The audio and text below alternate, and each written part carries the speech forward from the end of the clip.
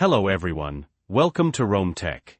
Today we will be discussing multiple ways on how to force quit an application on your Mac. The first way of force quitting an application is by going to the application on your dock. From here, you want to right-click on the application to get this menu. Once you've done this, you want to press and hold the Option key on your keyboard, and the options should change. All you need to do is click on the Force Quit option, and the application should exit. The second way to force quit an application is to use the Force Quit menu. To do this, you want to click on the Apple logo in the top left, and from here, you want to click on the Force Quit option. Alternatively, you can use this keyboard shortcut if you'd like to do so.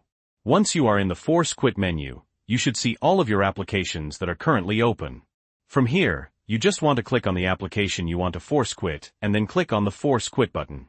You may get a dialog box that may pop up. All you need to do is click on Force Quit, and the application should exit.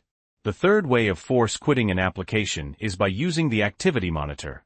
To do this, you want to go into the Spotlight search by pressing Command and Spacebar, and you want to search for the Activity Monitor app, and you want to open it up.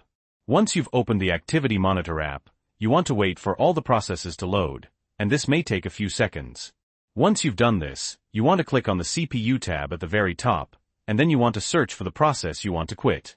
If you can't find it, you want to click on the search dialog box at the very top, and then you want to search for the application.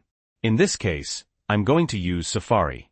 Once you've done this, you want to find the Safari application, or whatever application you searched for, and then you want to click on the X icon here in the top bar. You're going to get a dialog box that's going to ask you if you want to quit or force quit. All you want to do is click on Force Quit, and again, the application should exit. Once you've done this, you can quit out of the Activity Monitor. So if this video was helpful, please leave a like, and if you have any questions or comments, you can leave them below. And don't forget to subscribe for more Roam Tech tutorials.